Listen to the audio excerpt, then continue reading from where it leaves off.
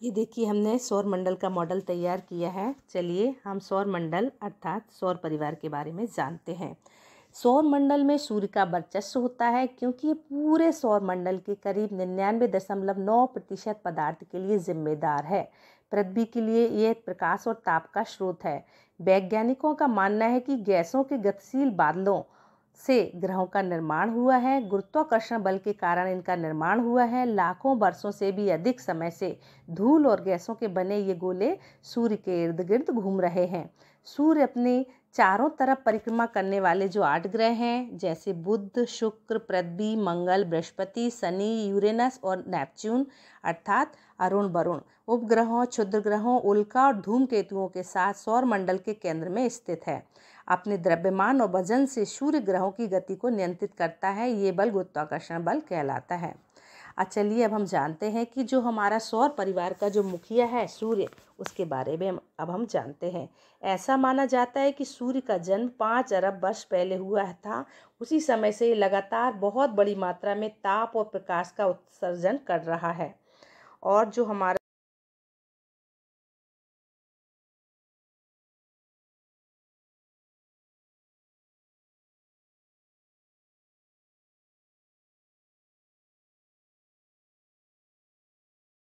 की रोशनी पृथ्वी पर करीब 4.3 प्रकाश वर्षों में पहुंचती है। चलिए हम ग्रह के बारे में जानते हैं। हमारे कौन कौन से ग्रह हैं सौर परिवार के।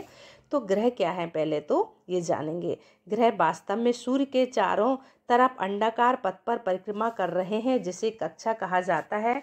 ग्रहों की अपनी धुरी के चारों तरफ की गति घूर्णन कहलाती है और सूर्य के चारों तरफ की गति परिक्रमा कहलाती है। तारों के समान ग्रहों में स्वयं की रोशनी और ताप नहीं होता है और सभी ग्रह जो हैं वो सूर्य से रोशनी प्राप्त करते हैं। और इस प्रकार हम जानते हैं कि हमारे सौर परिवार में 8 ग्रह हैं। तो पहला ग्रह है बुध ग्रह।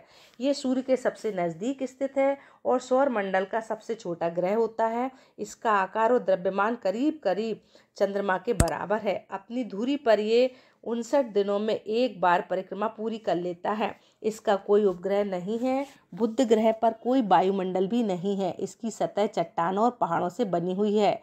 सूर्य की तरफ पड़ने वाली ग्रह की सतह को सबसे अधिक ताप और प्रकाश मिलता है, जबकि ग्रह के दूसरी तरफ की सतह को कभी भी सूर्य का प्रकाश या ताप नहीं मिलता। इसलिए बुध का एक हिस्सा बहुत अधिक गर्म होता है तो दूसरा हिस्सा बहुत अधिक ठंडा होता है।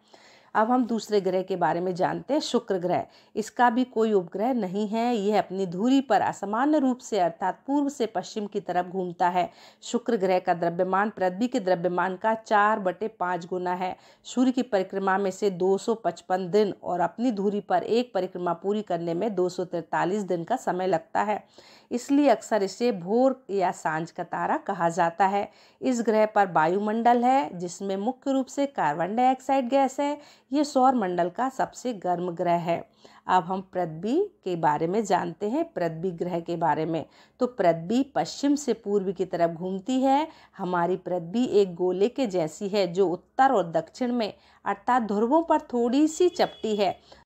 हमारी जो पृथ्वी है वो सूर्य का ये तीसरा सबसे निकटतम ग्रह है। पानी की उपस्थिति के कारण पृथ्वी को नीला ग्रह भी कहा जाता है। अंतरिक्ष से देखने पर पृथ्वी रंग में नीली हरी दिखाई देती है। पृथ्वी ही एकमात्र ऐसा ग्रह है जहां अस्तित्व और जीवन की निरंतरता के लिए कुछ विशेष वायुमंडलीय परिस्थितियां विद्यमान हैं। यहाँ उचित तापमान, पानी, मिट्टी, खनिज, उपयुक्त वातावरण और ओजोन की परत आदि पाई जाती है, जो इस ग्रह पर जीवन को संभव बनाती है। हमारी जो पृथ्वी है वो सूर्य की परिक्रमा करने में उसे 365 सही 1/4 दिन का समय लगता है और पृथ्वी अपने अक्ष पर 24 घंटे में अपनी एक परिक्रमा पूरी करती है, जिसे दैनिक गति कहते हैं। और जब ये सूर्य की परिक्रमा करती है तो उसे वार्षिक गति या परिक्रमण गति कहा जाता है। और सूर्य का जो हमारी पृथ्वी है उसका उपग्रह चंद्रमा है और चंद्रमा पृथ्वी की परिक्रमा करता है। अब हम मंगल ग्रह के बारे में जानते हैं कि मंगल, इसका आकार पृथ्वी के आकार का करीब आधा होता है और सूर्य की परिक्रमा करने में से करीब 687 दिन और अपनी धुरी की एक परिक्रमा करने में से 1 दिन लगता है। ये हल्का लाल रंग का दिखता है और इसलिए इसे लाल ग्रह भी कहा जाता है। मंगल के 2 छोटे प्राकृतिक उपग्रह होते हैं, फोबोस और डीमोस। अब हम बृहस्पति ग्रह के बारे में जानते हैं। ये सौर मंडल का सबसे बड़ा ग्रह है। सूर्य की परिक्रमा करने में से 11 वर्ष और 11 माह का समय लगता है, जबकि अपनी धुरी पर ये 9 घंटे 56 मिनट में एक परिक्रमा पूरी कर लेता है। इसके 16 उपग्रह होते हैं और इसके चारों तरफ धुंधले छल्ले भी दिखाई देते हैं। लाल रंग का बड़ा सा धब्बा इसकी सबसे अलग विशेषता होता है। चलिए अब हम जानते हैं कि शनि ग्रह के बारे में। तो शनि ग्रह जो है बृहस्पति के बाद शनि ग्रह स्थित होता है, जो पीले रंग का दिखाई देता है। 3 खूबसूरत छल्ले इसे सौर मंडल में अलग बनाता है। सूर्य की परिक्रमा की एक परिक्रमा पूरी करने में से 29 वर्ष 5 महीने का समय लगता है और अपनी धुरी पर यह 10 घंटे 40 मिनट में एक परिक्रमा पूरी कर लेता है। इसके 18 उपग्रह हैं। सभी ग्रहों में शनि सबसे कम सघन है। इसका घनत्व तो पानी से भी कम होता है। चलिए अब हम जानते हैं अरुण अर्थात यूरेनस के बारे में। तो टेलीस्कोप की मदद से खोजा जाने वाला ये ग्रह सबसे पहला ग्रह था और यूरेनस के वायुमंडल में हाइड्रोजन और मीथेन पाए गए हैं। ये पूर्व से पश्चिम की ओर घूमता है।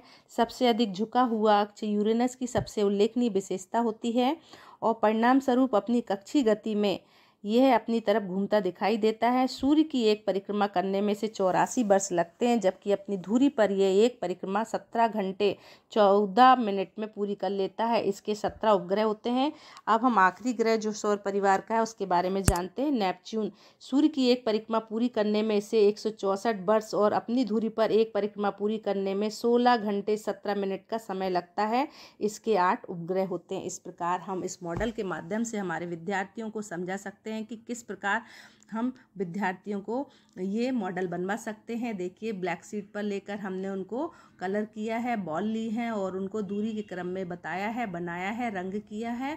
इस प्रकार उनके मॉडलों को हम नामांकित कर सकते हैं, बता सकते हैं। हमारे विद्यार्थी देखिए अच्छे से जानेंगे कि कौन सा ग्रह किस दूरी पर है और उसको हमको किस प्रकार नामांकित करना है, कौन कौन से ग्रह की क्या विशेषता, उसके आधार पर कलर करेंगे, साइज लेंगे कि कौन सा ग्रह कितना बड़ा होता है और सूर्य की किस दूरी के क्रम में है। इस प्रकार हमारे विद्यार्थी स्वतः ही जब ये मॉडल तैयार करेंगे तो उसके माध्यम से ग्रहों के नाम, दूरी और सौर परिवार के पूरे सदस्यों की विशेषताओं के बारे में जानेंगे और उनको नामांकित करेंगे तो अच्छे से उनके नाम याद होंगे। और इस प्रकार सौर मंडल का मॉडल जब बच्चे स्वयं तैयार करेंगे तो उनको अच्छे से ज्ञान होगा और वो अच्छे से समझ सकेंगे कि सौर परिवार में जो सूर्य है वो हमारे सौर परिवार का मुखिया होता है और इसी से हमें रोशनी और ऊष्मा प्राप्त होती है और सभी ग्रह जो है उसकी परिक्रमा करते हैं और दूरी के आधार पर जो